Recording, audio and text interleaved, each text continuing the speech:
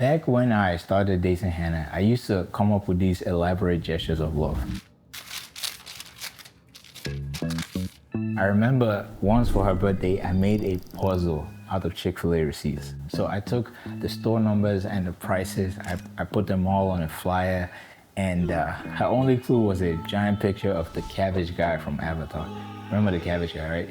So in this case, the cabbages were the Chick-fil-A points, and Hannah had to figure out the two. Long story short, I put that flyer on an NFC chip, kind of like the same technology you use for Apple Pay and stuff.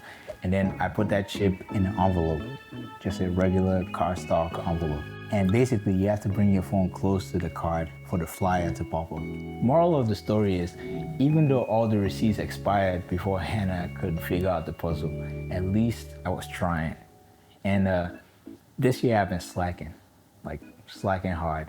Hannah isn't complaining, but I feel like I want to do something special this Christmas. The only problem is that she's a fantastic detective, and it wouldn't be any fun if she knew what I was doing before I did it. So the plan is simple. We need a washing machine for the apartment. Hannah would love a tree over there somewhere. And you know that thing when your wife is pointing out different things from your neighbors' houses, like their Christmas decorations? Hannah has been doing a lot of that. And so we need some lights somewhere around the house. And remember, she can't find out about any of the scheming until we're at least close enough to Christmas. And just for context, today is December 20th, so we're kind of short on time. But the first thing we need is a Christmas tree.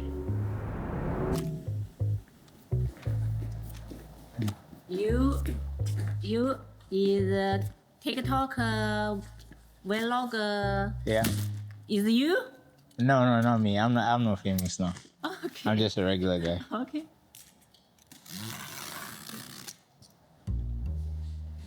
This one is very nice. I like this one. But that one is simple. $60. 6.5 feet. This is tall enough for Hannah. So we'll just take that one. Yeah, this one, 65 and Okay. 250. Yeah. Yeah, where another address? Okay. You looking? No, that's not me. Yeah. This you guys? Or it's a different location? Yeah, different location. You looking this have a one fence. Oh, okay. Yeah.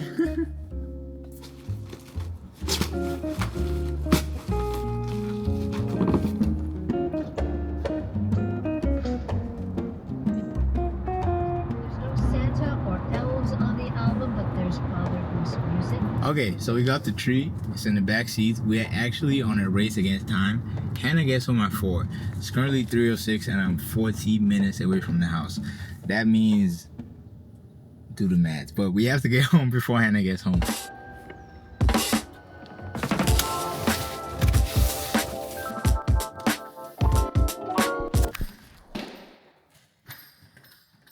Okay, so originally the plan was to set up the tree on Christmas morning. That won't make much sense because then it'll just be there for Christmas and then be gone.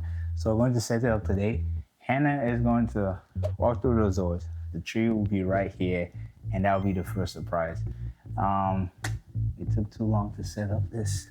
It doesn't normally look like this. There's usually stuff everywhere.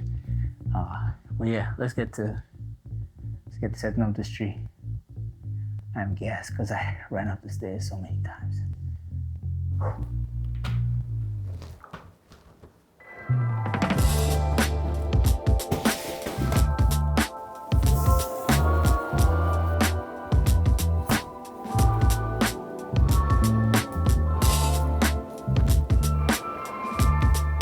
We're set up. This is the first surprise. The Christmas tree. This is our first Christmas tree. Cost me $60. The GPS actually says that Hannah is like a minute away. So I'll just set the camera up and we'll see how she reacts.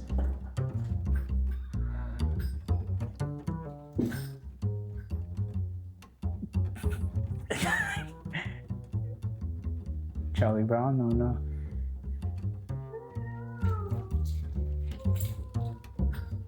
pockets.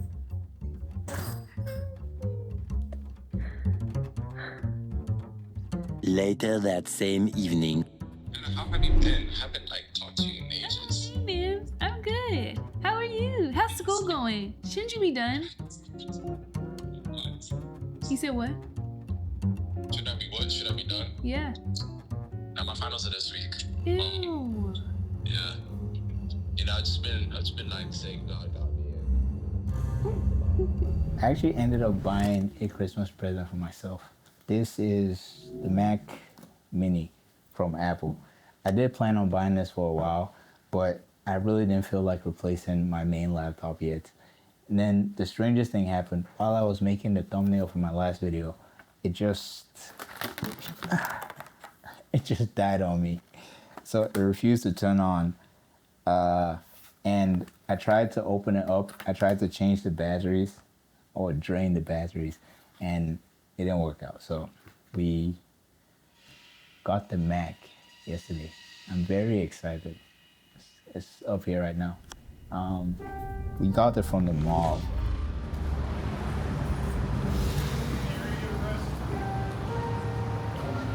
Originally, we decided to take Martha and make a date out of the whole thing, but that didn't work out as expected. So plans changed.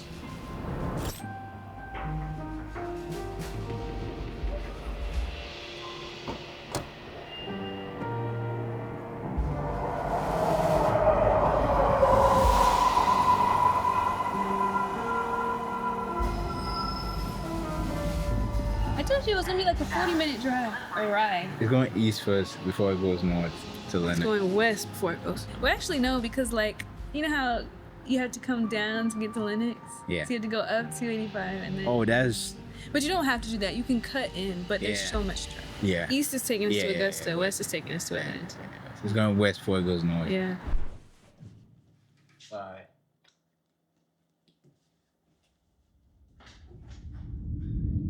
Game time, game time.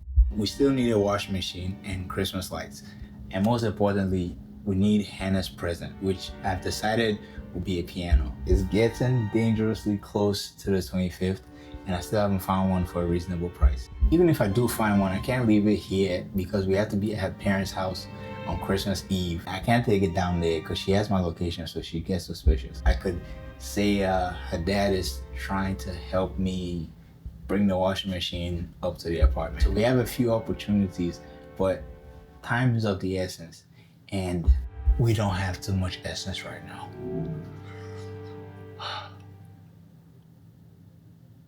Thank you. Thank you, have a nice day. Thank you.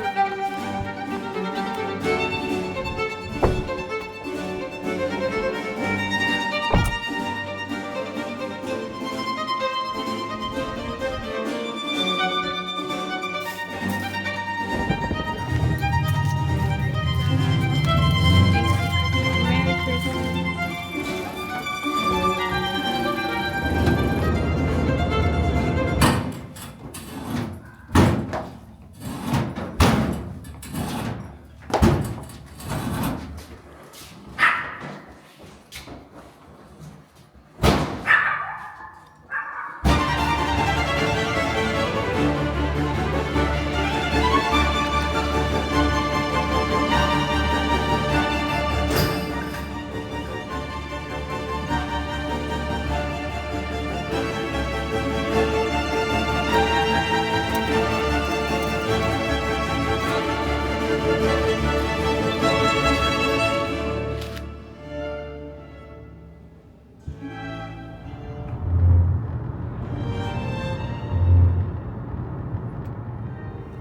Surprisingly, the Bible only has a handful of passages about marriage.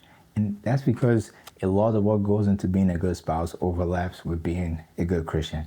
And so I figured a lot of the principles I picked up while growing in Christ would help me in my marriage. The reason I'm saying this is because during the 2 weeks of planning this video, I got upset with Hannah multiple times.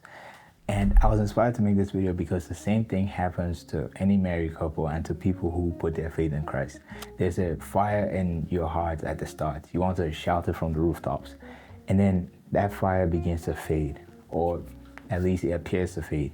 And I'm encouraged when I think about a campfire. When the coals are first ignited, they burst up into flames. Then the flames die down, but the coal is still burning. And believe it or not, it's burning at a temperature that is equal to or greater than the open flames, the visible flames. The coal is still burning. So the main idea is I want to gauge my relationship with God, understand how much I love God, and then in turn, that will help me know how much I'm loving the people around me. And that comes by asking 4 specific questions. There might be more, but these are the 4 I used. Number 1, how much are you fellowshipping with other believers? How much are you hanging out with fellow Christians? I was invited to watch a movie called The Forge. I didn't want to go because I had the new Mac, I had clips that I just recorded, and I really just wanted to stay home. But I understand that going out to such events really does edify me. And edify is just a fancy Christian way of saying it builds me up, it encourages me, and it gives me wisdom that I would not otherwise have had. So how much are you fellowshipping with other believers? Number 2, how much are you fighting sin? So how incompatible are you with sin? Are you using every avenue to fight sin, or are you holding on to secret sins and still saying you love God? Number 3 is reading your word. What do you have in your bag? When rent is due, do you think about the national statistics of how rent is constantly rising?